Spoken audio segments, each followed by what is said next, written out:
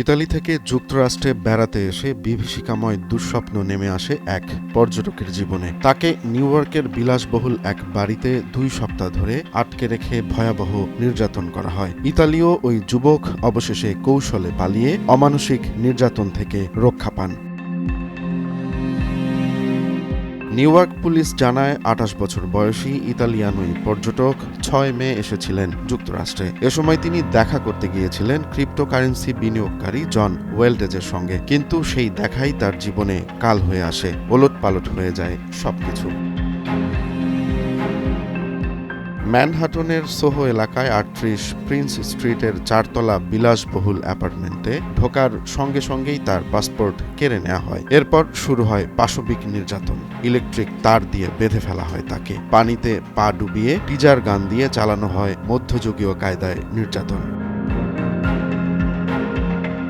পুলিশের ভাষায় এক পর্যায়ে তরুণের গলায় বেঁধে দেওয়া হয় অ্যাপল এয়ারট্যাগ, যাতে পালানোর চেষ্টা করলেও ট্র্যাক করা যায় তাকে। উচ্চমাত্রার মাদকের ডোজ দিয়ে অচেতন অবস্থায় ফেলে রাখা হয় এই ইতালীয় তরুণকে। এরপর পোলারয়েড ক্যামেরায় ছবি তুলে সেগুলো পরিবারের কাছে পাঠিয়ে ব্ল্যাকমেল করার পরিকল্পনা করা হয়। তবে তার আগেই পালিয়ে পুলিশের কাছে চলে যায় ওই যুবক। পুলিশ অভিযান চালিয়ে গ্রেফতার করে জিম্মিকারীদের। জিজ্ঞাসাবাদে জানা যায় এই বর্বরতার উদ্দেশ্য ছিল ইতালীয় ওই যুবকের ক্রিপ্টোকারেন্সি অ্যাকাউন্টের পাসওয়ার্ড হাতিয়ে নেওয়া। নির্যাতনে তার শরীরের এক অংশে চেইন দিয়ে আঘাতের চিহ্ন পাওয়া গেছে।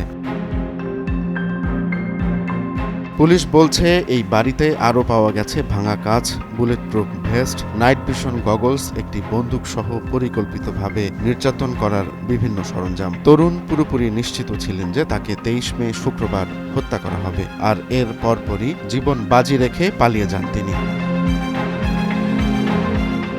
এ সময় ব্রুকলিন ব্রিজ এলাকা দিয়ে দৌড়ে পুলিশের কাছে পৌঁছান নির্যাতনের শিকার ওই যুবক, আর এর পরপরই পুলিশ অভিযান চালায় ওই বিলাসবহুল বাসায়। আটক করা হয় মূল অভিযুক্ত জন ওয়েলডেজকে। একই সঙ্গে গ্রেফতার করা হয় তার সহযোগী বিয়াত্রিসে ফোলিওচিকেও।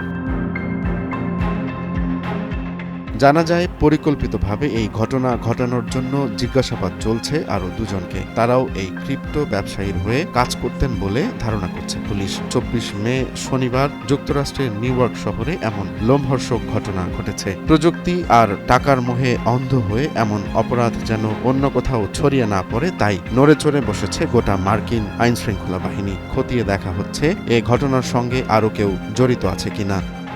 রোমান্স তালুকদার, নয়া দিগন্ত।